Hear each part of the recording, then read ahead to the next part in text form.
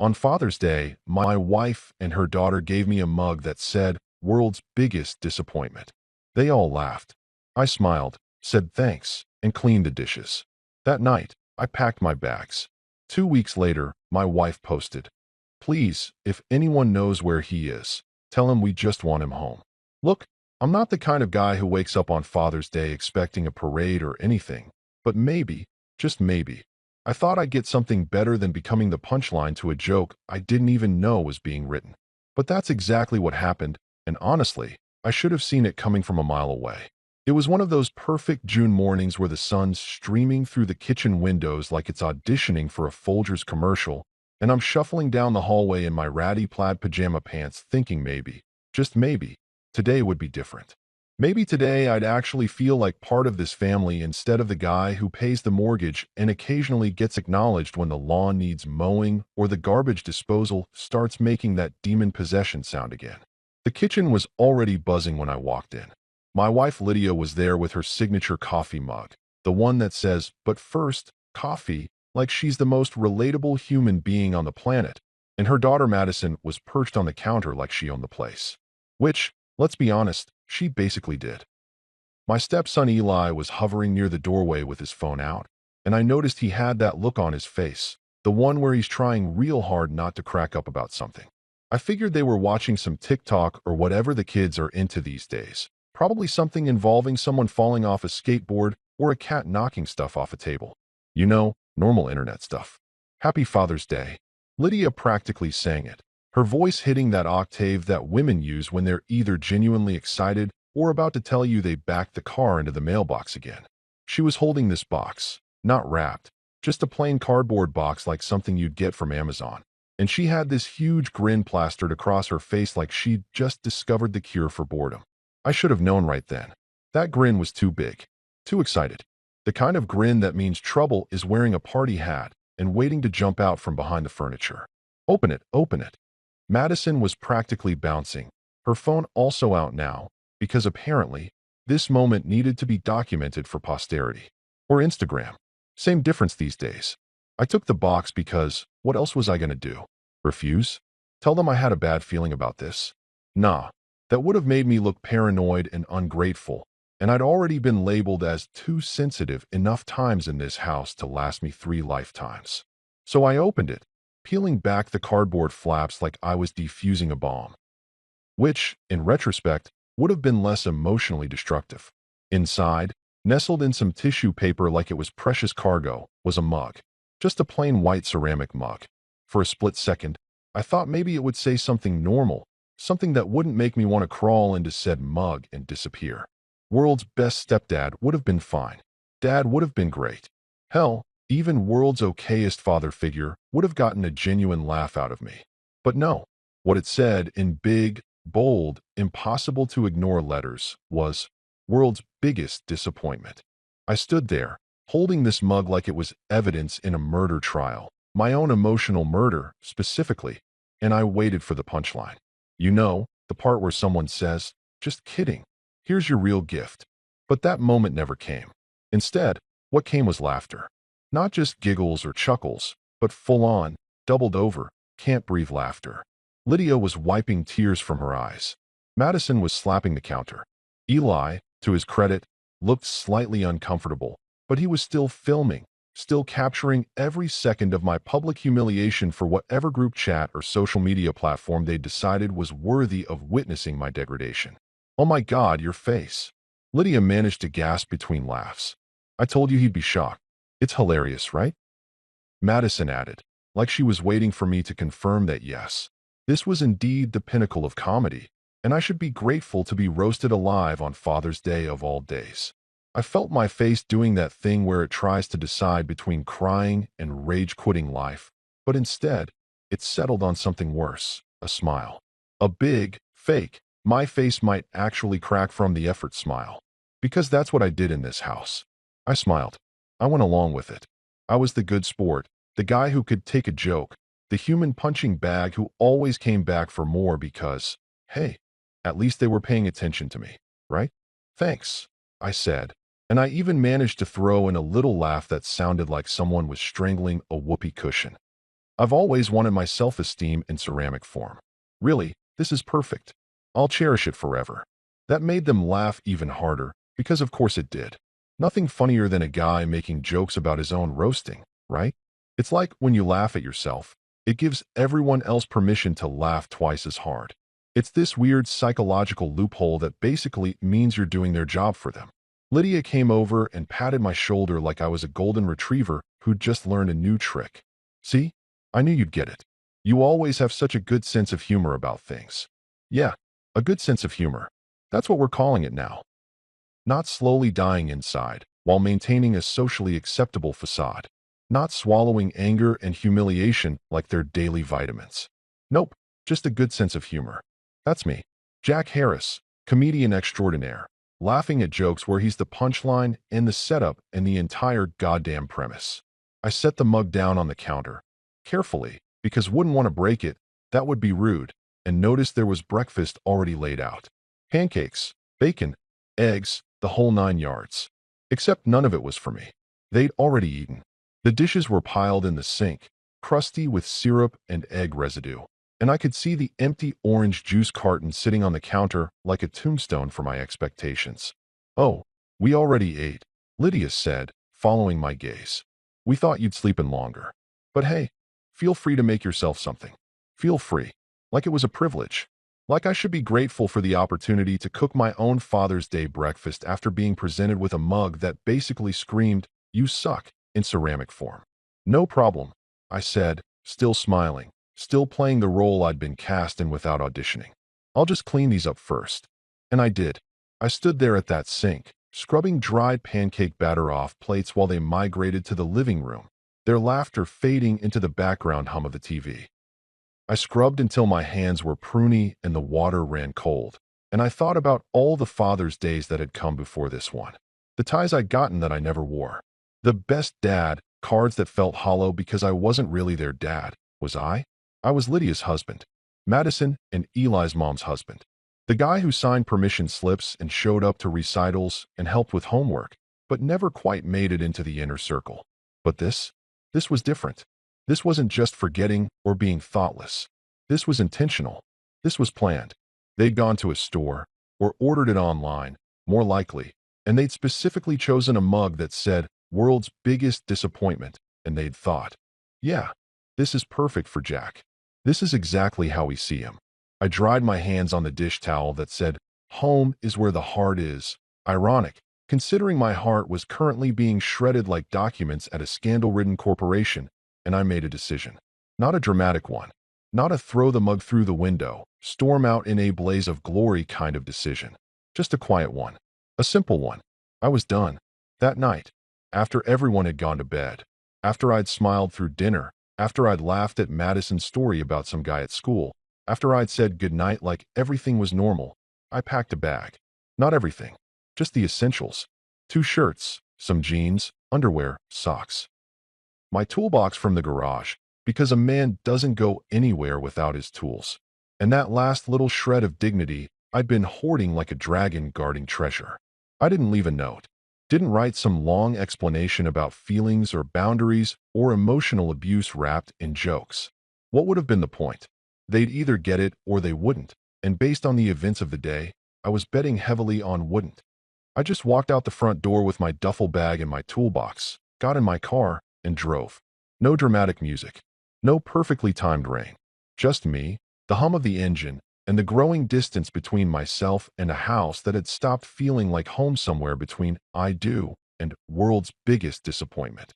Because here's the thing nobody tells you about being the joke. Eventually, you realize you don't have to stay for the punchline. You can just leave. Walk out mid-setup. Unsubscribe from the whole damn show. And that's exactly what I did. You know what's funny about leaving?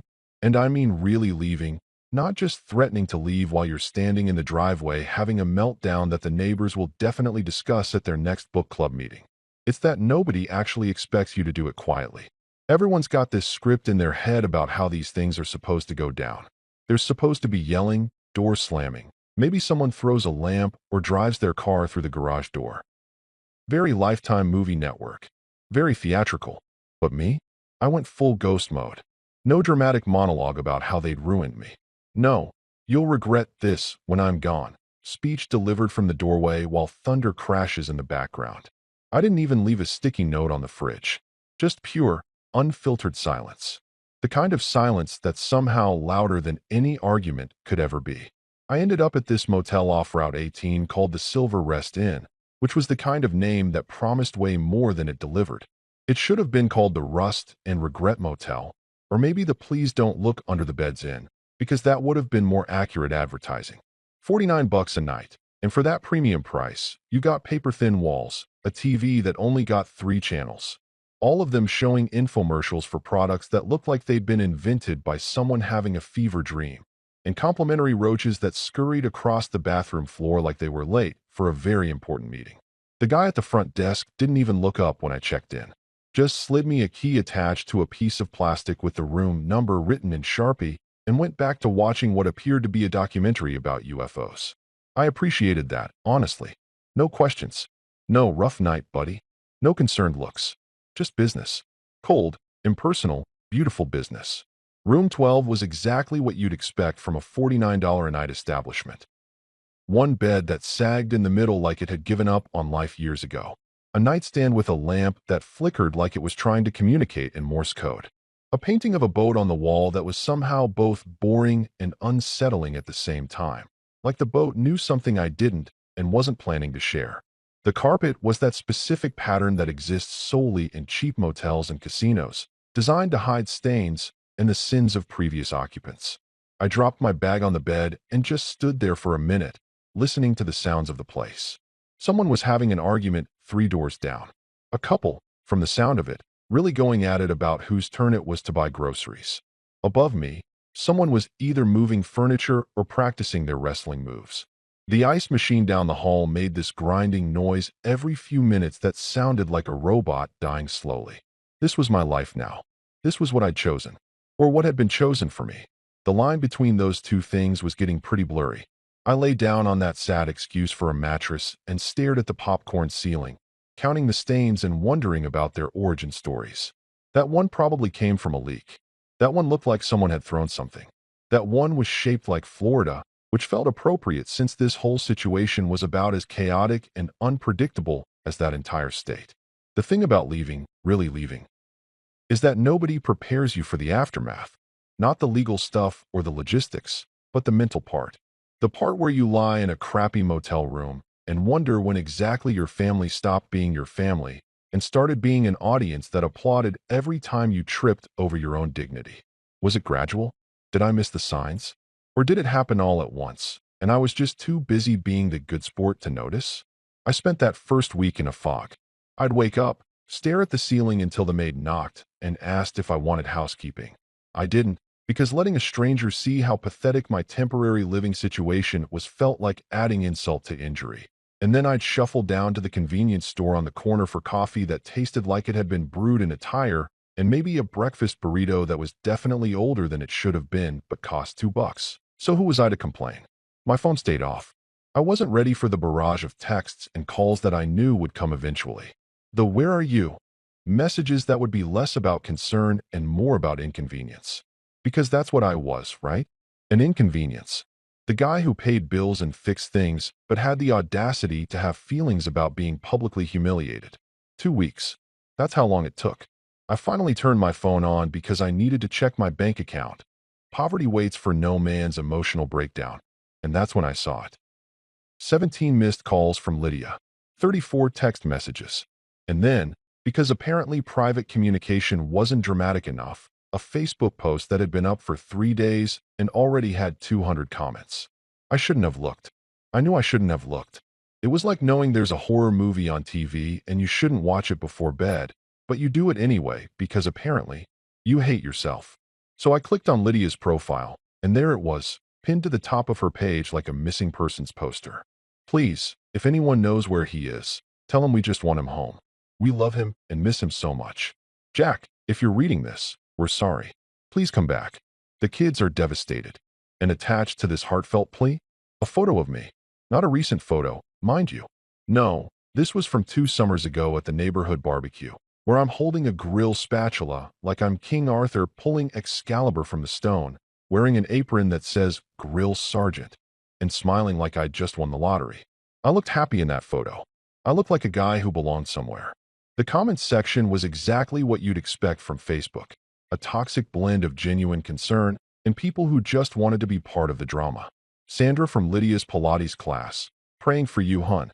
He'll come back when he's ready. Kevin from my old job. Bro, wherever you are, just know we're thinking about you. Lydia's sister Diane, who never liked me anyway. Some people just can't handle commitment. Stay strong, sis. Not one of them knew. Not one single person in that comment section had any clue that Lydia had given me a mug that might as well have been a certificate of emotional abuse. That Madison had filmed my humiliation like it was content for her Instagram story. That I'd spent Father's Day scrubbing their dirty dishes while they laughed about how funny it was to crush whatever was left of my self-respect. But here's what really got me. The thing that made me actually laugh out loud in that depressing motel room, scaring away one of my roach roommates. She'd said the kids were devastated. The same kids who'd thought world's biggest disappointment was comedy gold. The same kids who'd gone about their day after I left like nothing had happened, because to them, nothing had happened. I was just the guy who was there, and then wasn't, and maybe they'd notice when something needed fixing or someone needed to play ATM. I sat there on that sagging mattress, phone in hand, and I had this moment of clarity. You know those moments where everything suddenly makes sense, and you can see the whole picture instead of just the tiny corner you've been staring at for years? Yeah, one of those. None of them actually wanted me home. What they wanted was the idea of me home. They wanted the guy who paid the mortgage and didn't complain. That was the first thing I'd gotten right in years. If you've never had the privilege of living in a budget motel for an extended period of time, let me paint you a picture. Actually, scratch that. Let me give you the full sensory experience, because this place assaulted all 5 senses with the enthusiasm of a door-to-door salesman who won't take no for an answer. The smell hit you first. It was this unique combination of industrial cleaning products, cigarette smoke from 1987, and something I can only describe as despair with notes of mildew. The kind of smell that clings to your clothes and follows you around like a ghost that's really committed to haunting you. I went through an entire bottle of Febreze in the first 3 days, and it didn't make a dent. That smell was permanent. It was part of the infrastructure now, probably load-bearing at this point.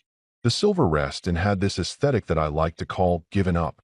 The carpet, which I mentioned before but deserves another shout-out for being spectacularly hideous, was this brown and orange pattern that looked like someone had asked an AI to design the 1970s, but make it sad.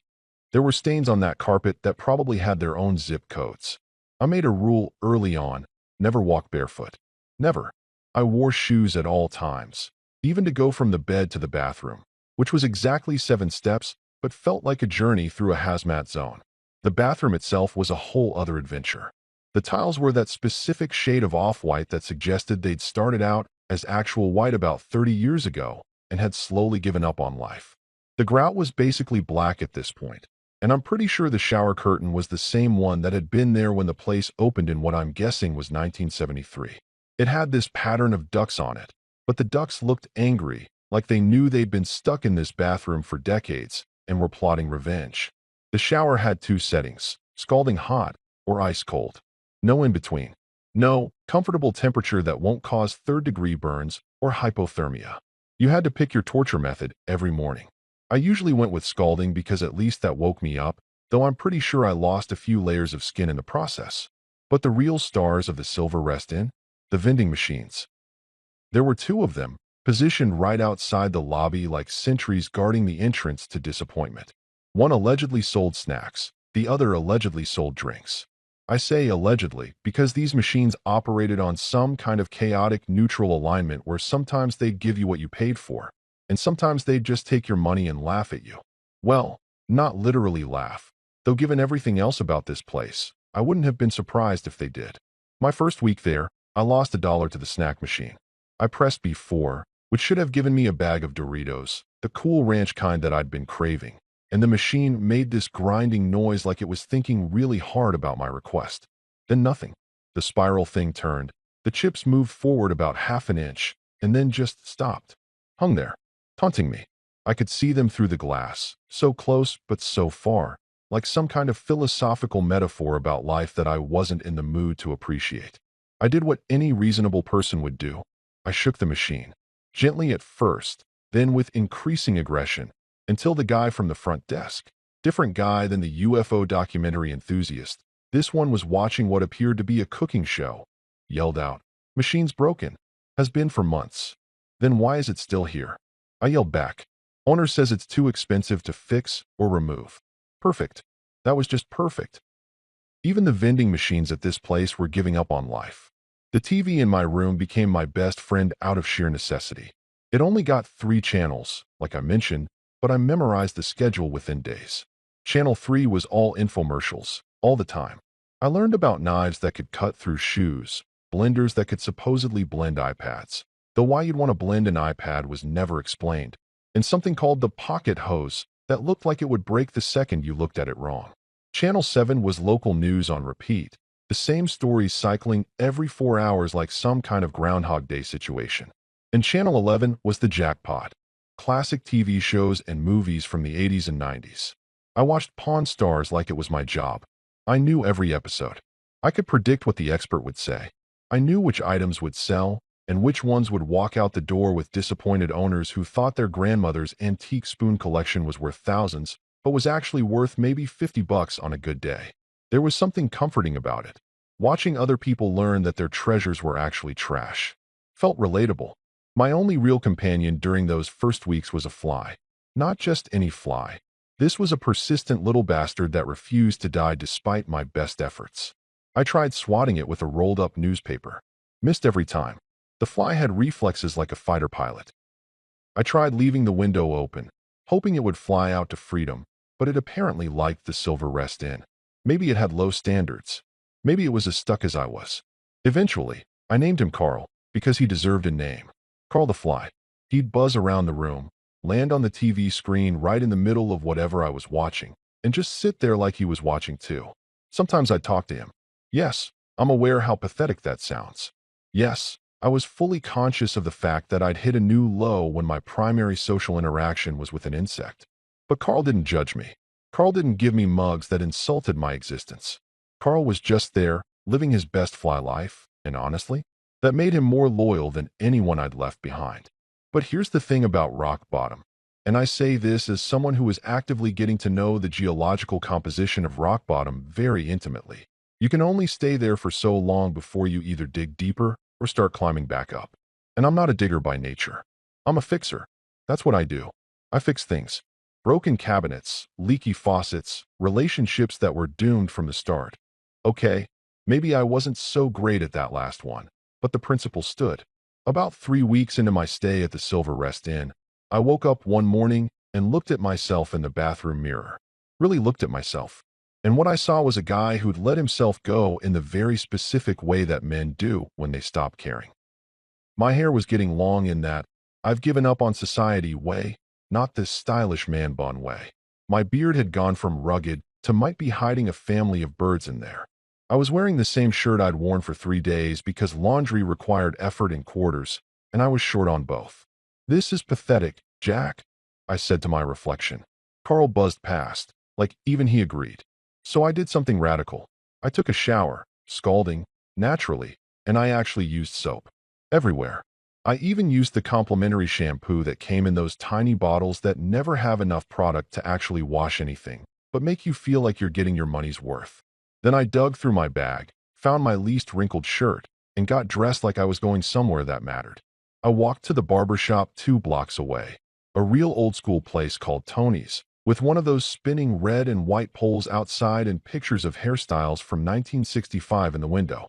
Tony himself was probably 70, had forearms like Popeye, and didn't ask me a single question about why I looked like I'd been living in the woods. He just sat me down, asked how I wanted it cut, and got to work. 20 minutes later, I looked human again. Not great, but human. That's all I needed. Next stop, Willow Creek Hardware, a family-owned place I'd driven past about 100 times on my way to and from the motel. I walked in, found the manager. A woman named Susan who had kind eyes and a no-nonsense attitude, and asked if they were hiring. She looked me up and down. "You know tools." "I know tools like some people know their family members." "Better, actually." She cracked a smile. "When can you start?" "Right now if you want."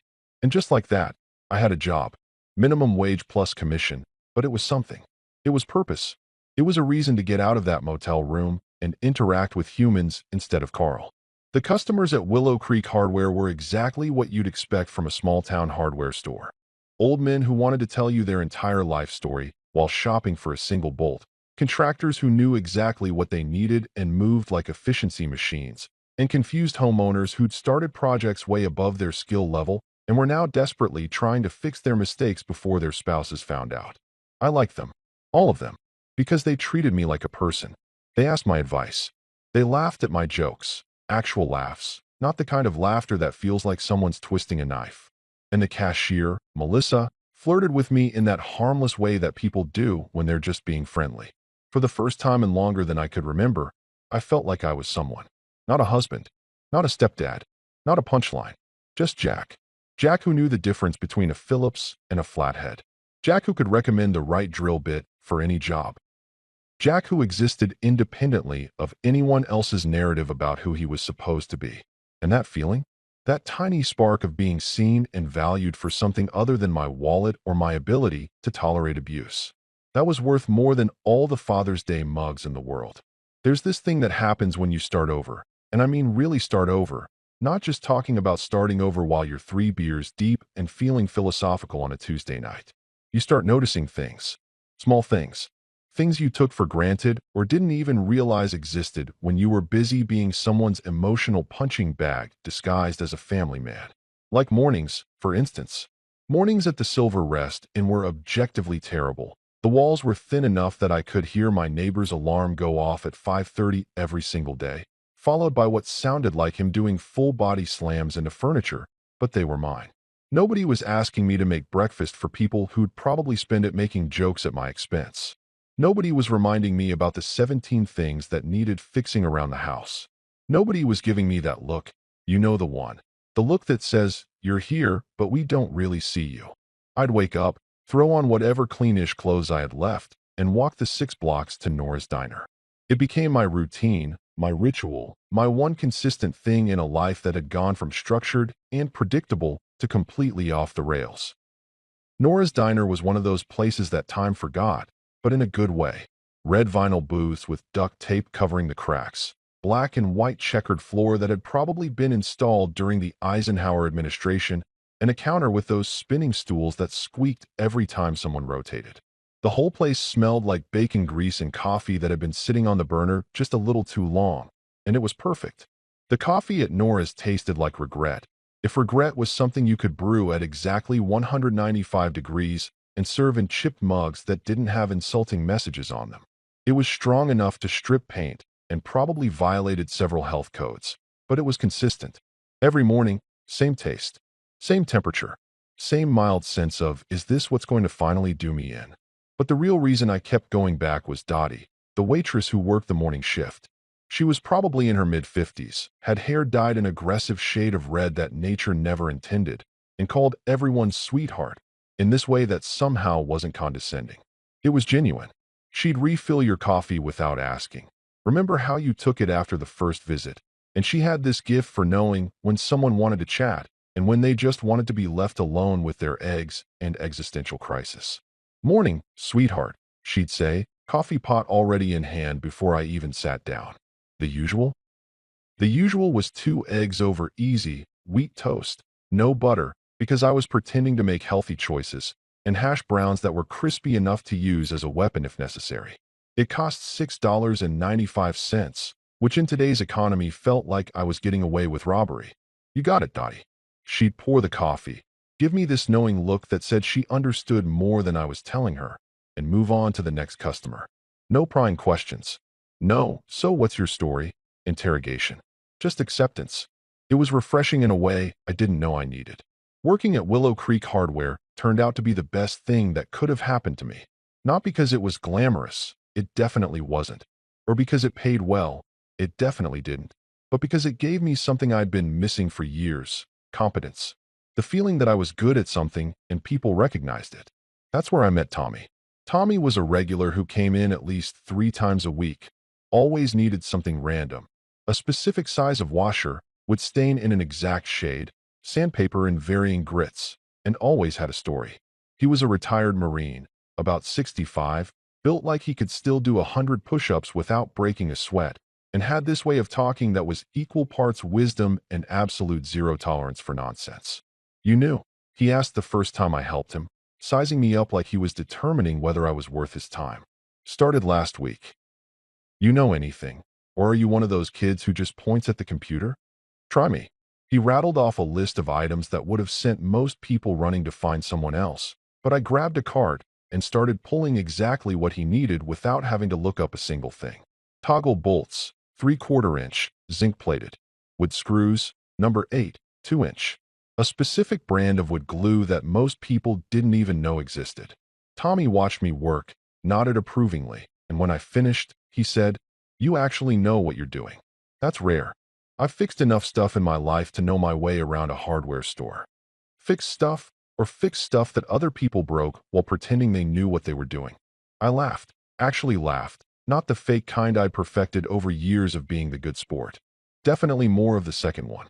That was the beginning of what I guess you'd call a friendship, though Tommy would probably call it two guys who talk, while one of them shops for hardware. He started timing his visits for when I was working. We'd talk about projects, tools, the idiots who came in asking for that thingy that holds the other thingy, and eventually life.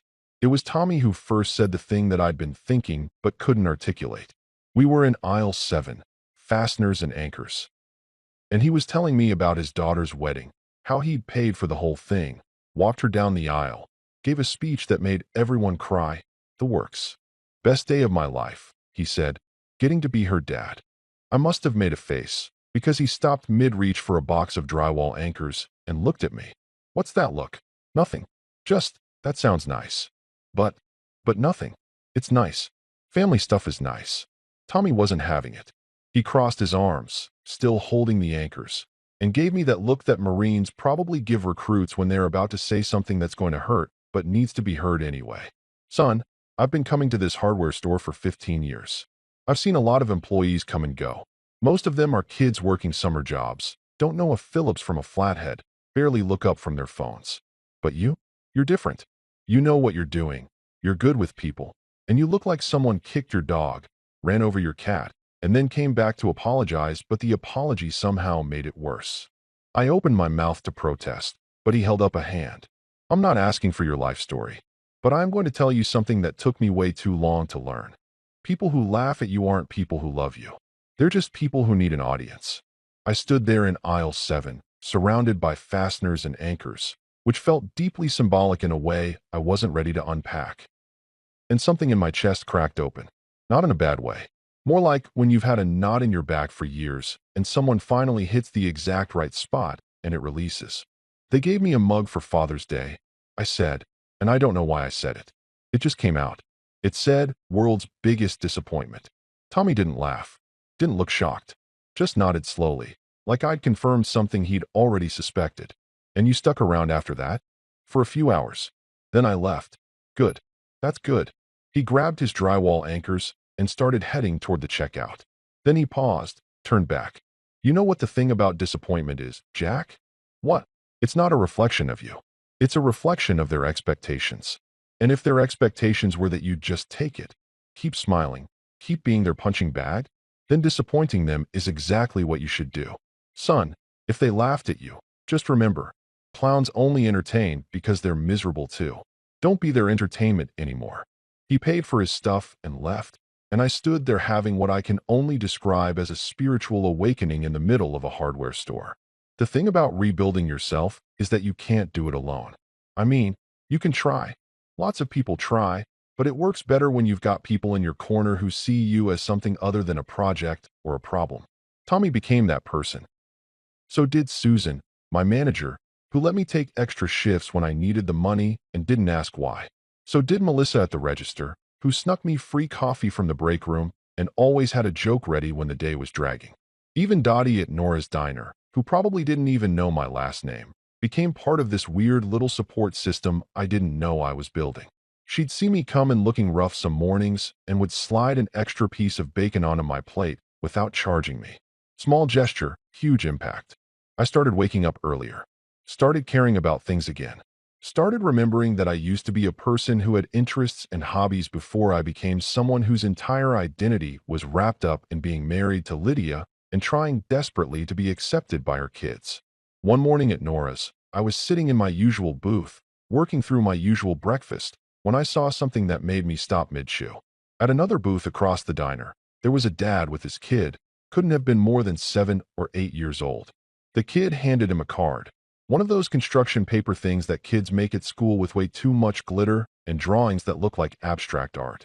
The dad opened it, read whatever was scrawled inside, and his whole face lit up. Then the kid launched himself across the table for a hug, nearly knocking over their orange juice in the process, and the dad caught him laughing. I watched them, and I don't even know what I felt. It wasn't jealousy exactly. Maybe longing? Grief for something I'd never really had. I'd played that role, showed up to recitals, helped with homework, went to parent-teacher conferences, but I'd never gotten that hug. That genuine, unprompted, you're my person hug. I didn't cry. Wasn't going to cry in the middle of Nora's diner over my eggs, an existential crisis. But I did add 3 extra sugars to my coffee that morning, just so I'd taste something sweet. Just so something would feel good, even if it was artificial and probably terrible for me. Progress isn't linear, and healing doesn't happen all at once. But somewhere between the hardware store, Tommy's wisdom, Dottie's extra bacon, and those mornings where I got to just exist without being someone's punchline, I started feeling like maybe, just maybe, I could be okay. Not happy. Not yet.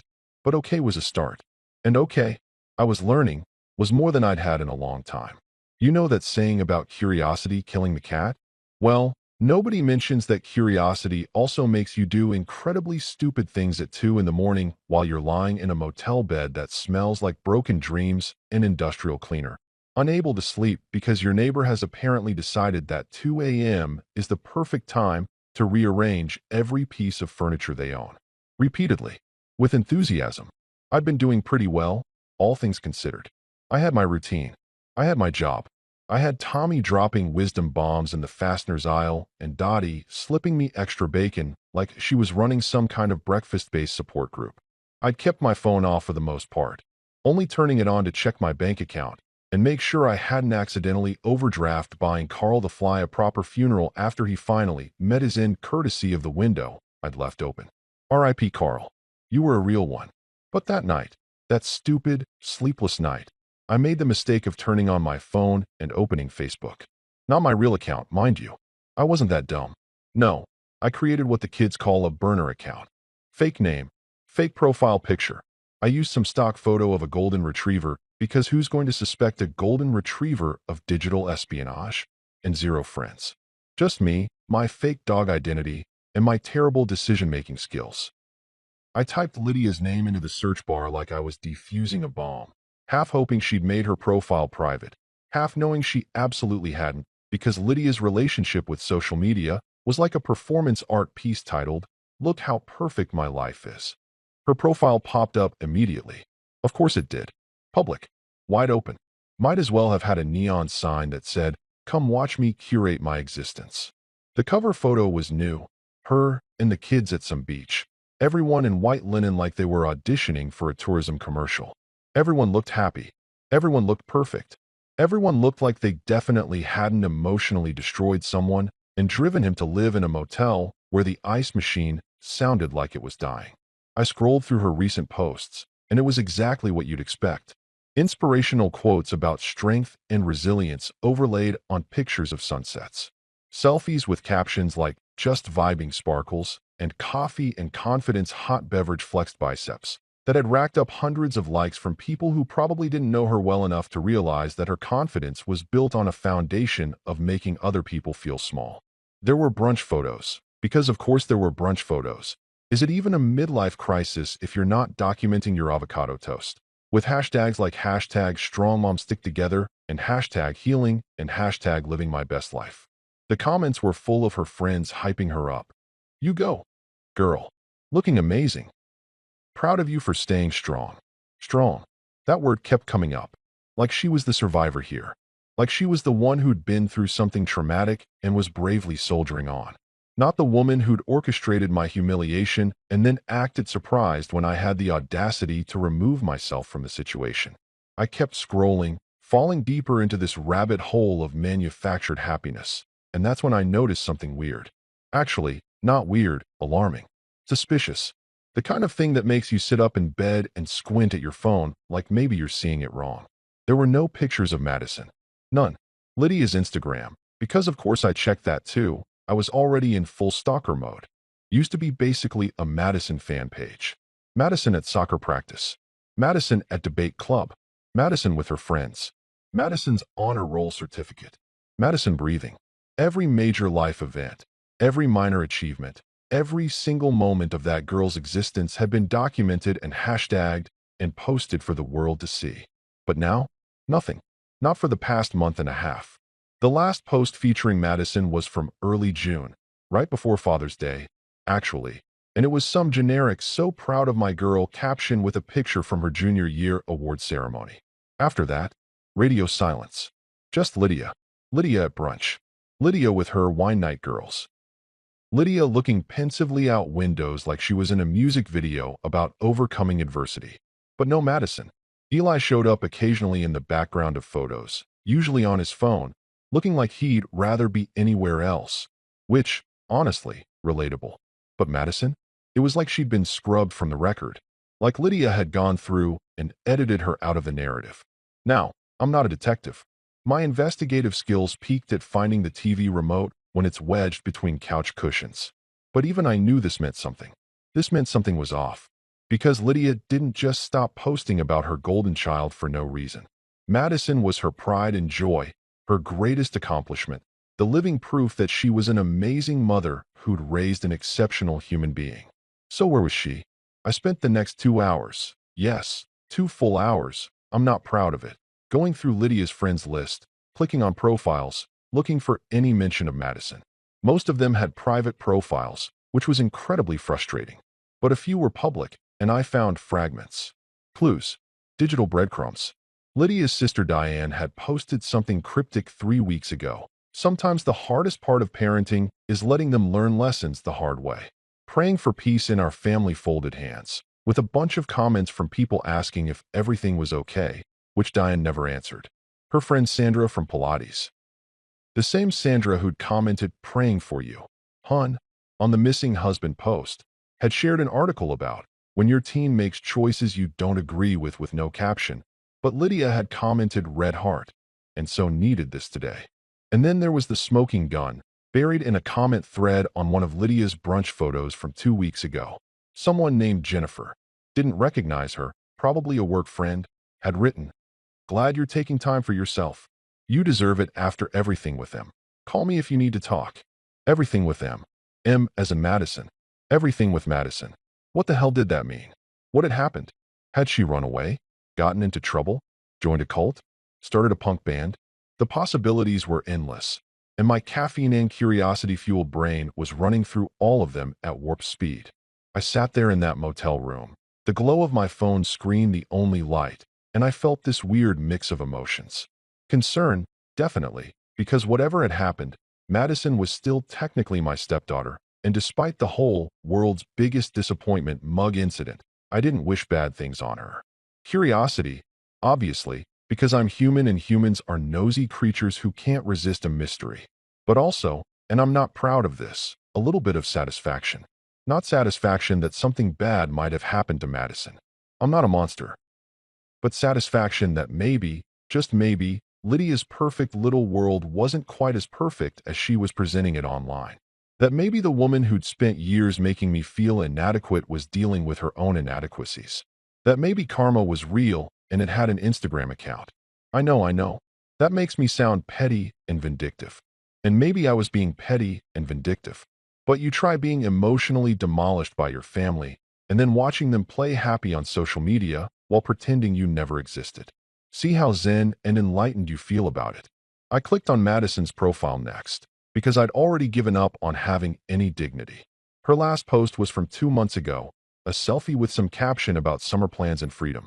The comments were typical teenager stuff, friends hyping her up, some emojis, nothing that screamed family crisis imminent. But she hadn't posted since. And for an 18-year-old who used to post at least once a day, that was weird. That was very weird. I thought about messaging her. Actually typed out a message. Hey, just checking in. Hope you're doing okay. But I deleted it before sending because what was I going to say?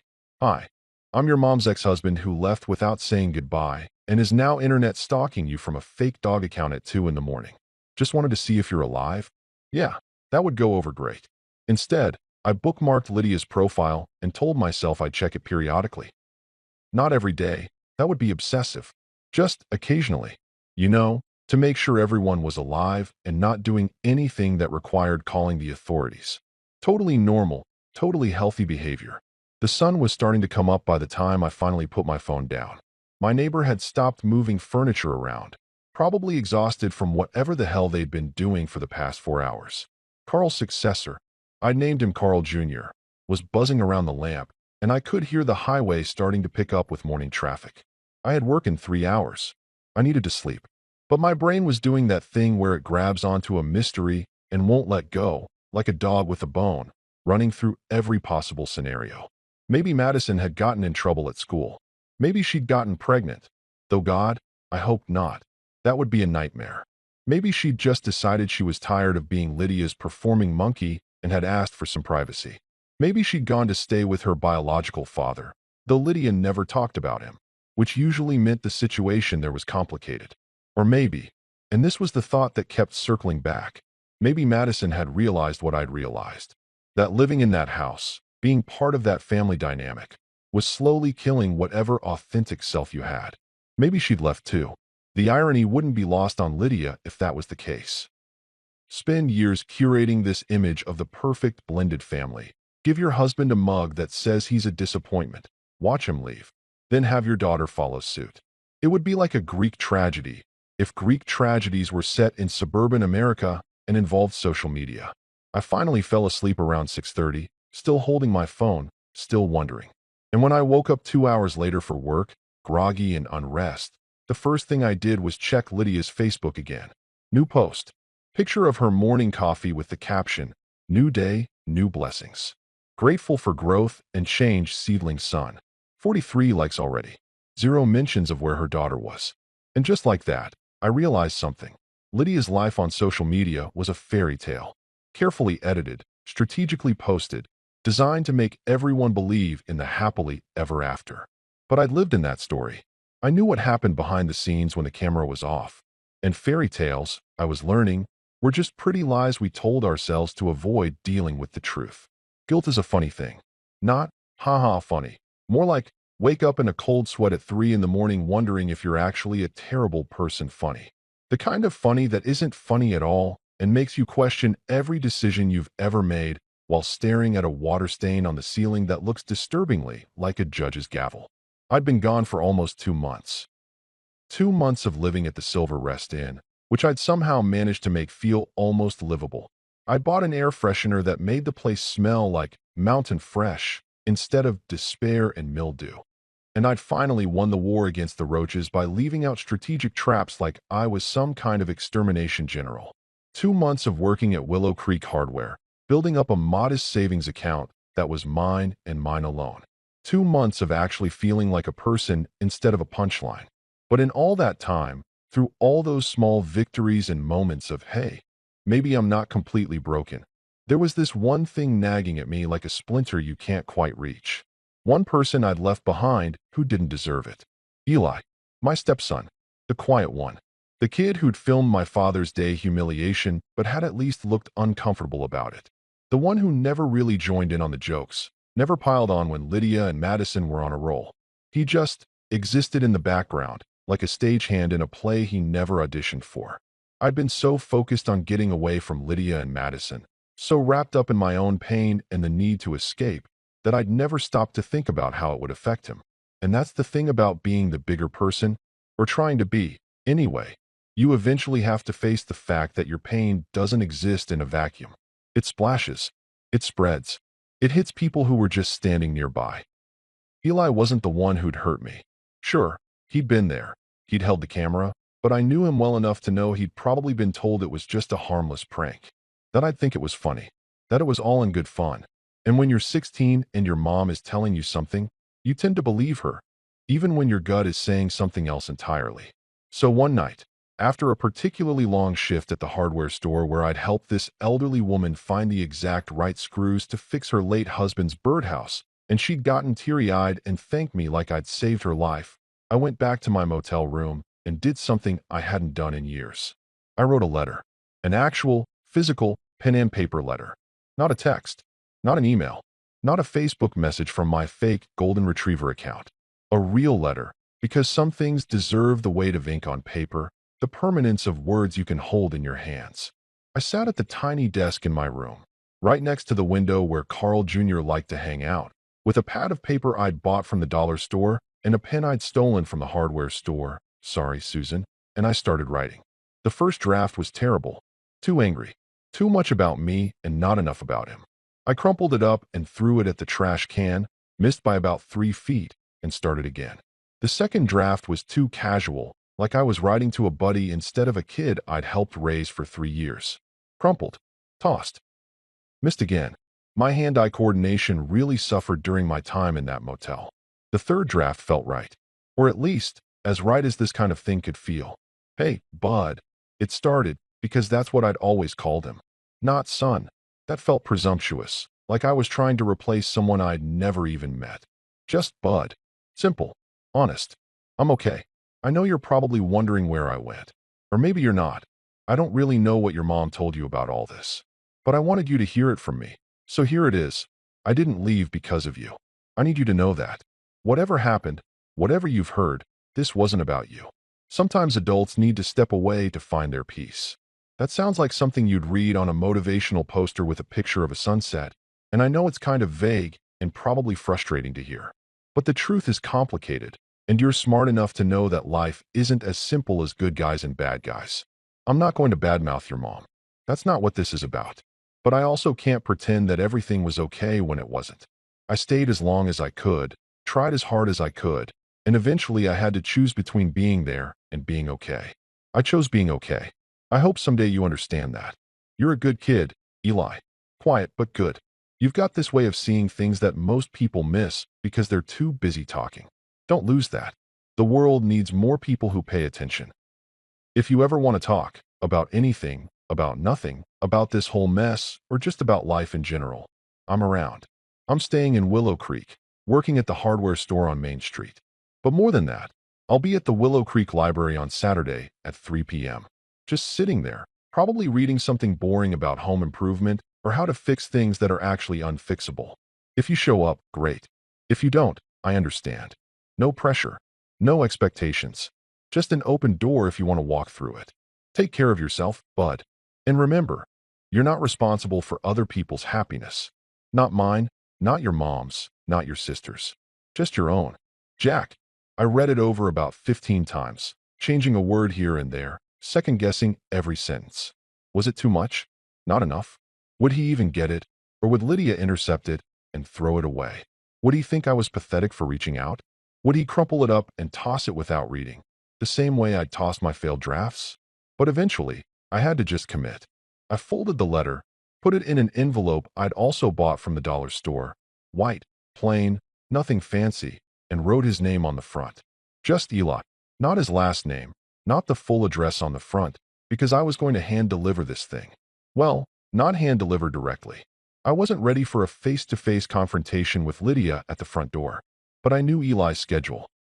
Kid was a creature of habit, just like me. Every Thursday, he stayed after school for computer club until 5, then walked home because he said he liked the exercise, but really I think he just liked having an excuse to put on headphones and avoid human interaction for 20 minutes.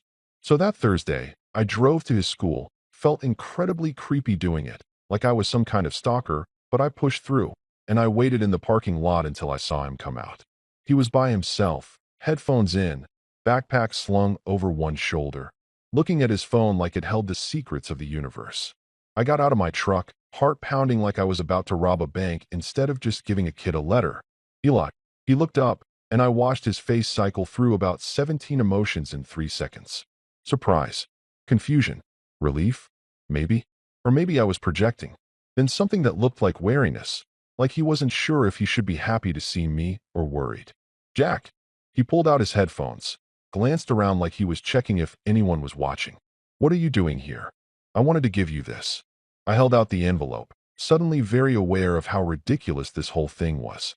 A grown man, lurking in a high school parking lot, handing out letters like it was 1952 and we didn't have phones. I know it's weird. This whole thing is weird. But I didn't have your number, and I didn't want to contact you through your mom. So, yeah, letter. He took it slowly, like he thought it might explode. Is everything okay? Are you okay? I'm fine. Better, actually. I just... I stopped. Because how do you explain to a 16-year-old that you're not mad at him, but you couldn't stay in a house that was slowly destroying you? Read the letter. It explains everything. Or tries to, anyway. He held the envelope, turning it over in his hands. Mom said you just left. That you didn't say anything to anyone. That's true. I did. And I'm sorry for that. You deserved better. Madison said. He stopped, bit his lip, looked away. What did Madison say? Nothing. Never mind. But his jaw was tight, and I could see he was holding something back. Eli, whatever she said, whatever anyone said, you can talk to me. I know I left, and I know that probably looks bad, but I'm still here. If you need me. He nodded, but didn't say anything else. Just stood there, clutching the letter, and I realized I'd done what I came to do. The ball was in his court now. He could read it or throw it away. He could show up on Saturday or not. I couldn't control that. I could only control my part. Saturday, I said. 3 p.m. Library. If you want. Okay. It wasn't a yes, but it wasn't a no either. It was an okay, which in teenager language could mean absolutely anything. I got back in my truck and drove away, watching him in the rearview mirror as he stood there in that parking lot, staring at the envelope like it was a puzzle he hadn't figured out how to solve yet. Saturday came. I showed up at the Willow Creek Library at 2:30 because I'm the kind of person who shows up early to everything, even potentially life-changing meetings with my estranged stepson. The library was one of those small-town libraries that felt like someone's grandmother's house. Lots of wood paneling, the smell of old books mixed with coffee from the little cafe in the corner, big windows that let in too much light for proper dramatic brooding. I found a table near the back, away from the kids section where some poor librarian was trying to manage story time while toddlers ran around like they'd been fed pure sugar, and I sat down with a book I'd grabbed randomly from the shelf. Something about woodworking. Didn't matter. I wasn't reading it anyway. I was watching the door. 3 o'clock came. Then 3:05. 3:10. By 3:15, I'd accepted that he wasn't coming, and I was trying to figure out if I felt relieved or devastated. Maybe both. Maybe that was okay. Then, at 3:17, the door opened, and there he was, taller than I remembered, or maybe I'd just forgotten. Nervous, clutching his backpack like it was a shield, looking around the library like he was checking for snipers. Our eyes met, and then he said, so quietly I almost missed it, "Dad?" Not Jack. Not, "Hey, Dad." I hadn't realized how much I needed to hear that word until it hit me square in the chest like a fastball I wasn't ready for. "Hey, bud." I stood up, wasn't sure if I should hug him or shake his hand or just stand there like an idiot. "You came?" "Yeah." He walked over, still cautious, still not quite sure what this was. "I read your letter. Like 15 times. And, and I think we should talk." So we sat, and we talked. And for the first time in months, I felt like maybe, just maybe, I hadn't destroyed everything after all. There's this moment when you're rebuilding your life, somewhere between living in a motel with roaches and actually having your crap together, where things start clicking into place so naturally that you almost don't notice it's happening. It's not dramatic. There's no montage with inspirational music. It's just Tuesday, and then suddenly Tuesday doesn't feel like you're drowning anymore. That's where I was at 3 months after leaving. 3 months of small victories that added up to something that felt suspiciously like progress. The meeting with Eli had cracked something open in me. Not in a now everything's fixed way, because life isn't a Hallmark movie and one conversation doesn't solve years of dysfunction. But it reminded me that I wasn't just some walking disaster who'd failed at being part of a family. I was a person who'd mattered to someone. Still mattered. That counted for something. We started meeting every other Saturday at the library. Sometimes we'd talk about serious stuff, how he was doing, what life was like at home with Lydia and Madison, though he was always careful not to say too much, still trying to be loyal to his mom while also being honest with me. Other times we'd just talk about normal stuff. School. The video games he was playing. This girl he liked, but was too nervous to talk to. I gave him terrible advice about that, by the way. My track record with relationships wasn't exactly stellar. But those meetings? They were my anchor. Proof that I hadn't completely screwed everything up. Proof that leaving didn't mean I had to lose everyone. Work at Willow Creek Hardware was going better than I'd expected to. I'd gotten a small raise. Only 50 cents more an hour, but when you're living on a tight budget, 50 cents feels like winning the lottery. Susan, my manager, had started giving me more responsibility. Ordering inventory, training new employees, basically running the place when she wasn't there. "You're good at this," she told me one afternoon while we were doing inventory in the back room, counting boxes of nails like we were archaeologists cataloging ancient artifacts. "Better than good, actually. You ever think about managing your own place?" "Not really. I'm just trying to keep my head above water right now." "Well, when you're ready to do more than tread water, let me know. You've got a knack for this. And people like you. That's rare. People liked me. What a concept. At the house. I'd stopped calling it home in my head. I'd been tolerated at best. But here, people actually sought me out. Asked for my advice. Remembered my name. It was wild. And then there was Tommy, still coming in 3 times a week, still dropping wisdom like he was getting paid for it. We'd graduated from just talking in the aisles to occasionally grabbing coffee after my shift at this place down the street that served coffee that didn't taste like it had been filtered through a gym sock. "You seem different," he said one day, stirring sugar into his coffee with the intensity of someone performing surgery. "Less like a kicked puppy, more like a guy who's got his feet under him." "I bought a pickup truck," I said, like that explained everything. And in a way, it did. I'd saved up enough to buy a used Ford F-150 from a guy on Craigslist. It was 12 years old, had a dent in the passenger side door, and the radio only worked intermittently, but it was mine. Fully paid for. No car payments. No strings attached. Just me and my slightly beat-up truck. A truck. That's good.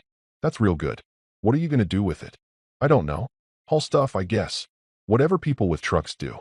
Tommy laughed. You should put that entrepreneurial spirit to work. You know how to fix things. You've got a truck. You know what that makes you. Employed. A handyman. Start your own business. Advertise on Facebook or whatever you kids do these days. Jack's Repairs or something. People always need stuff fixed, and most of the people doing it are either too expensive or complete idiots. I laughed it off at first, but the idea stuck with me like gum on a shoe. A handyman business. My own thing. No boss except myself. No wife telling me I was doing it wrong. Just me, my skills, and people who actually wanted my help. So I did something crazy. Well, crazy for me. I started a YouTube channel. I know. YouTube? Really? Every middle-aged guy going through a crisis thinks he's going to become a YouTuber and get rich making videos about whatever boring hobby he's into. I wasn't delusional enough to think I'd become famous or make millions, but I figured if nothing else, it would be a portfolio. Proof that I knew what I was talking about. I called it Handy Truths because I'm apparently terrible at naming things, but also because I wanted it to be honest. No BS. No pretending that every project goes perfectly. Just real talk about tools, repairs, and the disasters that happen when you think you know what you're doing, but actually don't. My first video was filmed on my phone, propped up on a stack of books in my motel room, and it was about the different types of screwdrivers and when to use them. Riveting content, I know. I expected maybe 12 views, mostly from bots and my own mother if she still remembered I existed. But I made it funny. Or tried to, anyway. I used the same sarcastic humor that had kept me sane through years of being the family joke, except this time I was in on it. I was the one making the jokes. "This is a Phillips head screwdriver," I said, holding it up to the camera. "Named after Henry Phillips, who invented it in the 1930s and probably never imagined that 90 years later, a guy living in a motel would be explaining it to strangers on the internet. If you want a drill that'll die faster than your enthusiasm for marriage, don't buy this one." I posted it at midnight on a Tuesday because I was too nervous to post it during normal hours when people might actually see it. Then I turned off my phone and tried to sleep, already regretting everything. The next morning, I checked. 53 views, 12 likes, 3 comments. "This is actually helpful. Thanks." Subscribed. More please. Finally someone who doesn't talk like a robot. "Keep it up, dude." I made another video. Then another. Reviews of tools I'd used at work. Tutorials on basic home repairs. A particularly unhinged rant about why people needed to stop using duct tape for everything, because duct tape is not a universal solution. Karen, despite what your Pinterest board says. That one went viral. Well, viral by my standards. 20,000 views in a week. Comments pouring in from people who either thought I was hilarious or were deeply offended that I'd insulted their duct tape usage. Either way, they were watching. Companies started emailing me. Small ones at first, brands I'd never heard of asking if I'd review their products. They'd send me free stuff, and I'd make a video about whether it was worth buying. I was honest, sometimes brutally so, and people seemed to appreciate that. In a world full of influencers who'd say anything was amazing if someone paid them enough, I was the guy who'd tell you if something sucked. This drill costs $49 and claims it can handle any job around the house. That's a lie. I used it to hang 3 pictures, and it started smoking. Not metaphorically smoking, like it was cool and impressive. Actually smoking, like it was about to catch fire and burn down my motel room. 0 stars. Don't buy this. The views kept climbing. Hundreds became thousands. Thousands became tens of thousands. My subscriber count hit 5,000, then 10,000. Companies I'd actually heard of started reaching out. Sponsorship offers. Not enough to quit my day job, but enough to move out of the Silver Rest Inn and into an actual apartment. Not a nice apartment. Let's not get crazy here. But a 1-bedroom place above a pizza shop in downtown Willow Creek that smelled like pepperoni and possibilities. It had a real kitchen. A bathroom where the tiles were actually white. A bedroom that didn't come with complimentary roaches. I signed the lease and felt like I'd just bought a mansion. Tommy helped me move, which was easy because I barely had anything. My 2 shirts had become 6 shirts. I bought a real bed frame instead of just a mattress on the floor. Got a desk for editing videos. A bookshelf that was mostly empty but made me feel like an adult who had their life together. Look at you, Tommy said, surveying my new place with approval. From motel to apartment. From walking disaster to minor internet celebrity. What's next? Writing a book about your journey. Let's not get ahead of ourselves. I'm serious, Jack. You've done something here. You took a garbage situation and turned it into something. Most people just stay in the garbage and complain. You climbed out. I wanted to argue with him, to say it wasn't that impressive, that I was still figuring things out, and probably 1 bad month away from being back in a motel. But standing there in my new apartment. Small and smelling like pizza, but mine, I couldn't. Because he was right. I had done something. I wasn't just surviving anymore. I was actually living. The YouTube channel kept growing. I posted twice a week, every week, and people kept watching. The money started trickling in, ad revenue, sponsorships, affiliate links. It wasn't quit your day job money yet, but it was pay your rent and eat something besides ramen money. It was freedom money. For the first time since I'd walked out of that house with a duffel bag and my dignity in tatters, I felt like I wasn't running away from something. I was running towards something, building something, becoming someone who wasn't defined by being Lydia's husband or Madison's stepdad or the guy from the disappointing mug. I was just Jack Harris, guy who knew too much about hardware, guy who made videos that people actually wanted to watch, guy who'd been knocked down but got back up and dusted himself off and said, "Okay, what's next?" And the voice that had been mocked for being boring, the one Lydia and Madison had laughed at, that voice was now paying my bills. Funny how that worked out. One night, I was editing a video in my new apartment when my phone buzzed. A message from Eli. "Saw your latest video. Mom saw it too. She's pissed." I smiled. Then I kept editing. Because the best revenge isn't getting even. It's not stooping to their level or playing their games. The best revenge is thriving so loud they can't stand the noise. And I was just getting started. You know what nobody tells you about success? Even small, modest, I can finally afford name brand cereal success? It makes you paranoid. Not in a tinfoil hat the government is watching kind of way, but in a I've built something and am terrified someone's going to take it away kind of way. And when that someone is your estranged wife who has a law degree she never uses, but definitely knows how to weaponize when it suits her purposes. Yeah, the paranoia feels pretty justified. It started with a comment Eli made during one of our Saturday library sessions. We were sitting in our usual spot. I'd basically claimed this corner table as my own at this point, and the librarians knew me by name. And he was telling me about his college application essays when he just casually dropped this bomb. "Mom's been asking about you a lot lately." I looked up from the coffee I'd brought from Nora's diner. Dottie had started giving me a to-go cup when she saw me heading toward the library, bless her heart. Asking what? Just where you're living, what you're doing, if you have a job. He shifted uncomfortably, picking at a loose thread on his backpack. She's been weird about it. Like, more interested than she should be, you know? How interested are we talking? Mildly curious interested, or consulting with lawyers interested? I don't know. Maybe somewhere in the middle? She saw one of your YouTube videos. The one about the circular saw. Oh, the circular saw video. That one had done particularly well. Almost 50,000 views. I'd reviewed 3 different models, roasted 2 of them mercilessly, and the third one I'd actually recommended. The recommended one sales had apparently spiked after my video, and the company had sent me a thank you email along with a check that made me genuinely excited about a piece of paper. And what did she say about it? Eli looked even more uncomfortable, which was saying something because the kid's baseline was mildly uncomfortable with existence. She said it's interesting that you have money for video equipment, but apparently didn't have money for the family. There it was. The narrative. I could see it forming like storm clouds on the horizon. Jack, the deadbeat who abandoned his family and is now living it up making YouTube videos while his poor wife struggles to keep things together. Never mind that the video equipment was my iPhone propped on a stack of books. Never mind that every dollar I'd made, I'd earned myself after leaving. Never mind that I'd paid every bill, every mortgage payment, every single expense for that family right up until the day I left. But facts didn't matter when someone was building a story. And Lydia? Lydia was excellent at building stories. Eli, I need you to be honest with me. Do you think your mom is going to try to come after me for money? He didn't answer immediately, which was answer enough. I don't know. Maybe. She's been talking to Aunt Diane a lot. And you know how Aunt Diane gets. Oh, I knew. Diane was Lydia's older sister, a corporate lawyer who viewed every interaction as a potential lawsuit waiting to happen. She'd never liked me. I was too blue-collar, too unambitious, too settling for mediocre, in her expert opinion.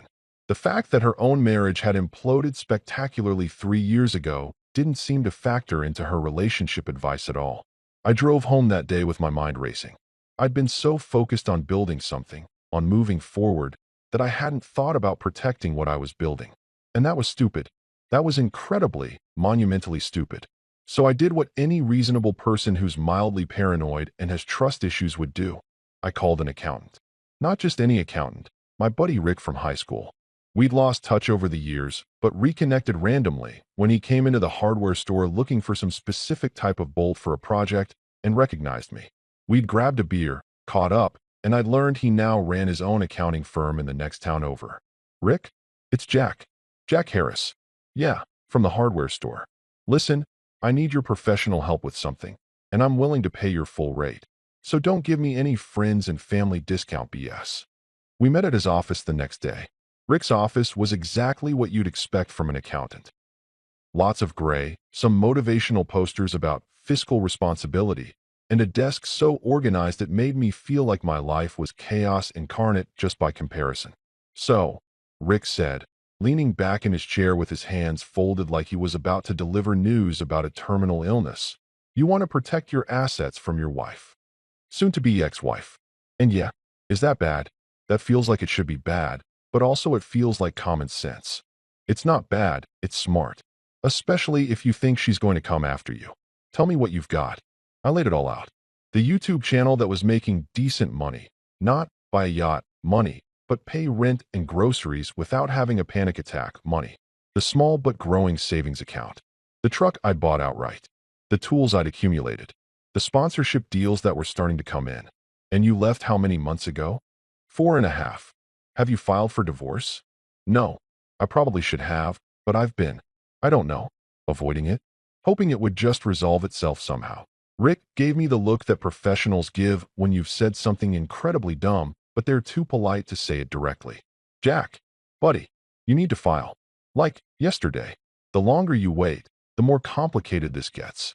But in the meantime, yeah, we can set up some protection. He explained it all to me.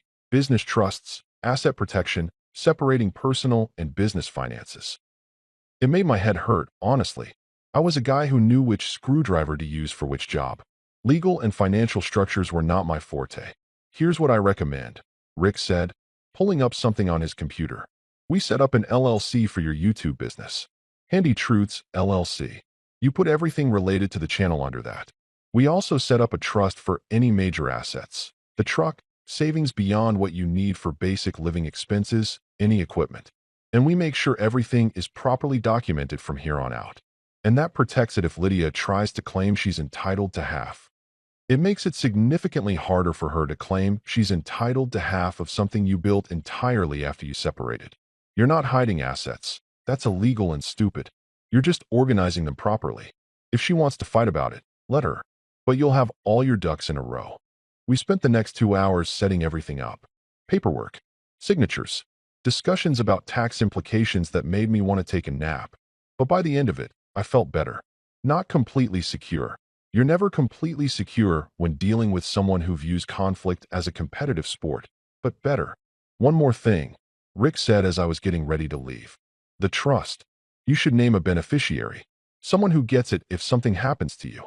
I didn't even hesitate. Eli, my stepson. Not your biological son. No, but he's the only one who showed up when it mattered.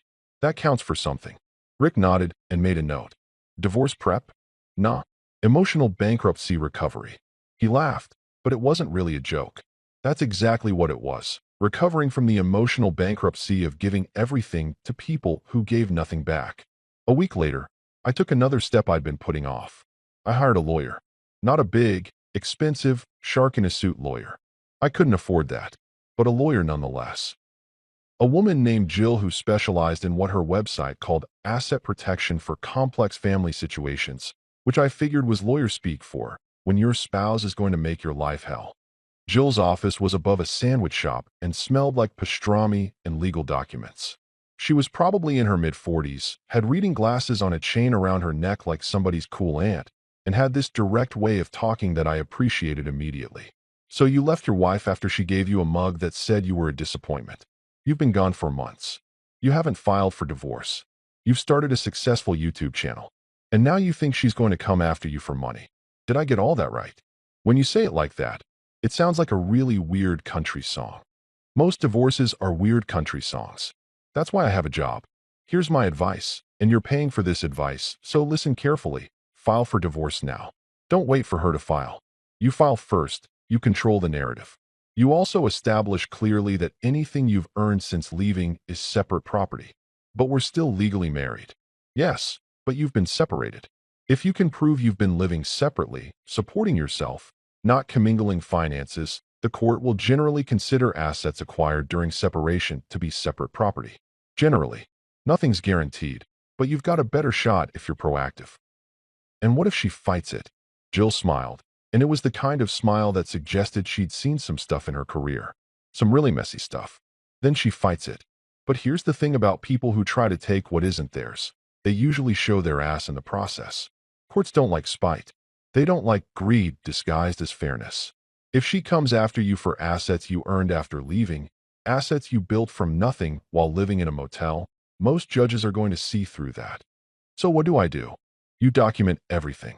Every dollar you earn, where it comes from, where it goes.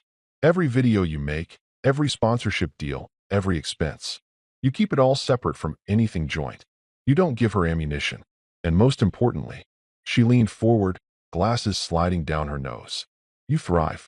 You succeed so loudly, so obviously, so undeniably that when people look at the situation, they don't see a man who abandoned his family. They see a man who left a toxic situation and built something better. I like Jill. I liked her a lot. Sometimes the best revenge, she continued, is thriving so loud they can't stand the noise. And from what you've told me, you're already doing that. Keep doing it. Just do it with proper legal protection. I left her office feeling something I hadn't felt in a long time. Prepared. Not scared. Not reactive. Prepared. I had an accountant, a lawyer, a plan. I had documentation and structures and all the boring adult stuff that nobody tells you matters until it suddenly matters a lot. That night, I sat in my apartment above the pizza shop, editing my latest video, a comparison of different types of wood stain that was somehow getting decent views, and I thought about how far I'd come. For months ago, I was sleeping on a sagging mattress in a roach-infested motel. wondering if I'd made the biggest mistake of my life. Now, I had an apartment, a business, a plan, a lawyer who understood that sometimes leaving isn't giving up, it's survival, an accountant who made sure I wasn't going to lose everything I'd built. And most importantly, I had something they couldn't take away from me, proof that I wasn't the disappointment they'd labeled me as. I was just disappointed in them, and I was done letting that define me. The mug sat on my desk, holding pins now instead of pain. Every time I looked at it, I smiled. They'd thought they were breaking me, but all they'd really done was set me free. And now I was making damn sure nobody could cage me again. Social media is a beautiful thing when you want to keep tabs on people without actually talking to them. It's like having a window into someone's life, except they're deliberately staging everything in that window to make you think their life is perfect. And if you're petty enough, which, let's be honest, I absolutely was, you can use that window to figure out exactly when to make your grand reappearance. That's how I found out about Madison's graduation party. I was scrolling through Facebook on my fake golden retriever account. Yes, I still had it. Don't judge me. When I saw the post. Big announcement from Lydia, complete with one of those custom graphic designs that look like someone paid money on Etsy to make it look fancy. Graduation celebration. Join us in celebrating Madison's achievement. Saturday, June 15th, 2 to 6 p.m. Food, music, and memories. Open house. All are welcome. Graduation cap party popper. All are welcome. That was the phrase that got me. All are welcome. I wondered if that all included the husband she'd emotionally demolished and then reported missing on Facebook like I was a lost dog. Probably not. But technically, she'd said all were welcome, and I'm a big believer in taking people at their word. Plus, I had some things I needed to say, some closure I needed to get, and maybe, just maybe, I wanted them to see what I'd become. Not the broken guy who'd left with a duffel bag and a destroyed sense of self-worth. The guy who'd rebuilt himself into something better. So I marked it on my calendar. June 15th, Madison's graduation party. The day I'd make my return. I told Tommy about it over coffee 2 days before the party. He looked at me like I'd just announced I was planning to skydive without a parachute. You're going to do what now? I'm going to the party. Just to make an appearance. Say congratulations. Be civil. Jack. Buddy. That's a terrible idea. Probably. But I'm doing it anyway. Why?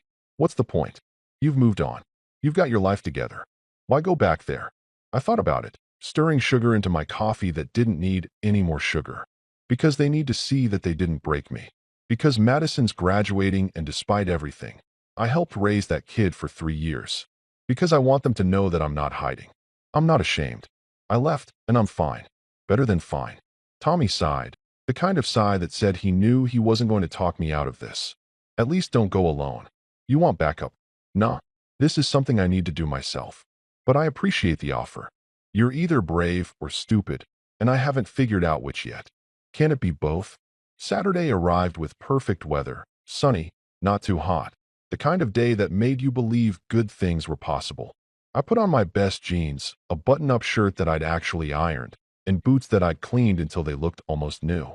I looked at myself in the mirror and barely recognized the guy staring back. Confident. Put together. Not the defeated man who'd shuffled out 4 months ago. The house. God, I still thought of it as the house. Even though I'd paid the mortgage for 3 years, looked exactly the same from the outside. Same beige siding. Same mailbox I'd installed. Same driveway where I'd taught Madison to parallel park, and she'd nearly taken out the neighbor's trash cans. There was a big tent in the backyard. I could hear music playing, people laughing, the sound of a party in full swing. For a second, I almost turned around. Almost got back in my truck and drove away. This was stupid. This was asking for trouble. But then I remembered the mug. I remembered Lydia's Facebook post about me being missing. I remembered every joke at my expense. Every time I'd smiled and pretended it didn't hurt. I walked up the driveway like I owned the place. Because technically, legally, I still half owned the place. That was a conversation for the lawyers, but for now, it gave me the confidence to walk through that gate into the backyard like I belonged there. The party stopped. Not immediately, not dramatically, but like someone had slowly turned down the volume on everything. Conversations faltered mid-sentence. Someone dropped a plastic cup. The music kept playing, some pop song I didn't recognize, but suddenly it felt too loud. Lydia was standing near the drinks table, wine glass halfway to her lips, frozen like someone had hit pause on her life. Her face went through this incredible journey of emotions: surprise, confusion, anger, panic, and finally landing on something that looked like she'd just bitten into a lemon. Madison was by the cake table, wearing a blue dress and a graduation cap that said "Done" in glitter letters. She went pale. Actually pale, like she'd seen a ghost, which I guess in a way she had. But Eli? Eli was sitting at one of those rented tables with some friends, and when he saw me, his whole face lit up.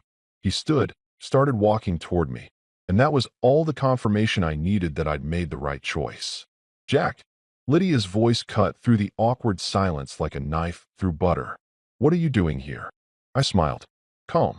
Easy. Like I just stopped by to borrow a cup of sugar. Just dropping by to say congratulations. It is an open house, right? All are welcome. I could see her brain working, trying to figure out how to handle this. She couldn't make a scene, not in front of all these people, not at Madison's party, but she also clearly wanted me gone. You can't just show up here. Actually, I can, I said, still smiling. I'm still legally half owner of this property, and you did post that all were welcome. But don't worry, I'm not staying long. Eli reached me then, and he didn't hesitate. Just wrapped me in a hug right there in front of everyone. I'm glad you came. Me too, bud.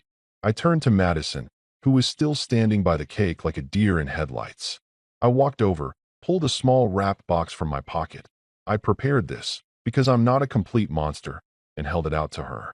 Congratulations on graduating. I know things are complicated, but I did help raise you for 3 years. That has to count for something. She took the box slowly, like she thought it might explode. What is it? Open it. She unwrapped it carefully while everyone watched. Inside was a small compact mirror. Nothing fancy, just a simple mirror in a nice case. What's this for? I looked her right in the eyes. For self-reflection. Try it sometime. You might learn something. The crowd. And there was definitely a crowd now. Everyone had stopped pretending they weren't watching. Made this collective gasp sound. That thing you hear in movies when someone says something shocking. Lydia's face went from pale to red. How dare you? How dare I what? Show up and give your daughter a graduation gift? Be civil? Exist? I turned to face her fully now, and I wasn't smiling anymore. You posted on Facebook that I was missing. You told everyone I'd abandoned my family. But the truth is, I left because staying was slowly killing me. And the fact that you never once considered that maybe, just maybe, giving someone a mug that says they're a disappointment on Father's Day might be hurtful, that says everything about why I left. It was a joke. Jokes are supposed to be funny, Lydia. That was just cruel dressed up as humor. People were pulling out phones now. Of course they were. This was going to be all over social media by tonight. Part of me should have cared, but honestly, I was done caring what people thought. I didn't come here to cause a scene, I said, my voice calmer now. I came to say congratulations to Madison, to show Eli that I'm still here for him, and to prove to myself that I'm not afraid of you anymore. Mission accomplished. I started walking toward the gate, and then I stopped. Turned back one more time. Oh, and Lydia, you might want to check with your lawyer before you try to come after me for any money. Mine says you don't have a case, but feel free to try. I've got time and documentation. Do you? The silence I left behind was louder than any argument could have been. I got in my truck, drove away, and smiled the entire way home. The fallout from the party was swift and, honestly, kind of beautiful in its chaos. By Sunday morning, my phone was blowing up. Eli had texted me. That was the most savage thing I've ever seen in real life. Mom's been pacing around the house all night. Tommy called to ask if I'd completely lost my mind or finally found it, which I thought was a pretty fair question.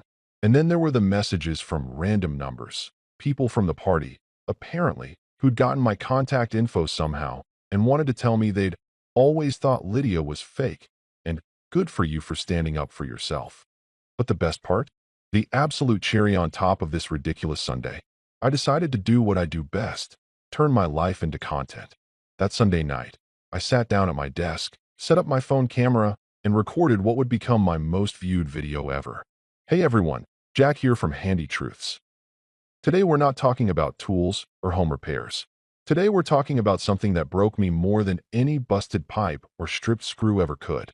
Today we're talking about the day my family gave me a mug for Father's Day that said, "World's biggest disappointment." I told the whole story. Not vindicatively. I didn't name names, didn't show faces. Just told it honestly. The mug, the laughter, the leaving, the months of rebuilding, the journey from broken to better. And at the end, I held up the mug itself. This mug sits on my desk now. It holds my pens, not my pain.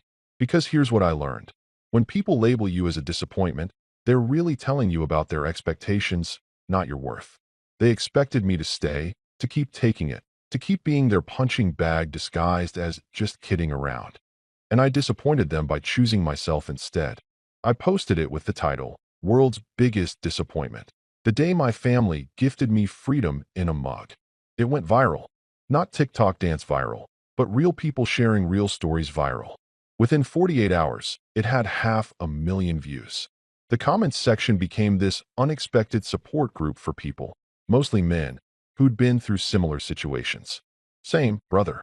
Left after 20 years of being the joke. My wife gave me a world's okayest husband shirt and meant it as an insult. I feel this. Sometimes leaving is the bravest thing you can do. News outlets picked it up. Local ones first, then regional. I did a few interviews, always keeping it classy, never mentioning Lydia or the kids by name. Just telling my story. The story of a guy who got knocked down and chose to get back up. And then, 2 weeks after the video went viral, I got an email that made me stare at my screen for a solid 5 minutes. From, email protected. Subject, I'm sorry. I read your post. I watched your video. I didn't understand before. I'm sorry for the mug. I'm sorry for laughing. I'm sorry for not seeing what it was doing to you. I don't expect you to forgive me or want anything to do with me. But you deserve to know that I finally get it. You weren't the disappointment. We were disappointed in ourselves and took it out on you. That wasn't fair. I'm working on being better. I hope you're doing well. You seem happy in your videos. I'm glad. Madison. It wasn't a full apology. It didn't fix everything. But it was honest. And that was more than I'd ever gotten when I was living in that house. I wrote back. Thank you for saying that. It means more than you know. I hope you're doing well too. The offer for coffee is always open if you want to talk. She never took me up on it. But knowing she'd reached out, that she'd grown enough to recognize what had happened, that was enough. 6 months after leaving, I was in a better place than I'd been in years. The YouTube channel was thriving, 50,000 subscribers and growing. I'd started doing actual handyman work on the side, building a client base through word of mouth and my videos. I'd moved into a bigger apartment, one without the constant smell of pizza, though I kind of missed it. Eli and I still met every other Saturday. He'd decided on a college across the state, far enough from home to breathe, close enough to visit. I'd offered to help him move in when the time came, and he'd said yes without hesitation. The divorce papers had been filed. Lydia hadn't contested them, surprisingly. According to Jill, my lawyer, she'd realized that fighting would just make her look worse, especially after my video. Sometimes the court of public opinion is more powerful than actual court. And the mug? It still sat on my desk, holding pins and the occasional paper clip. People asked me in videos why I kept it, if it didn't just remind me of bad times. But here's the thing, it did remind me.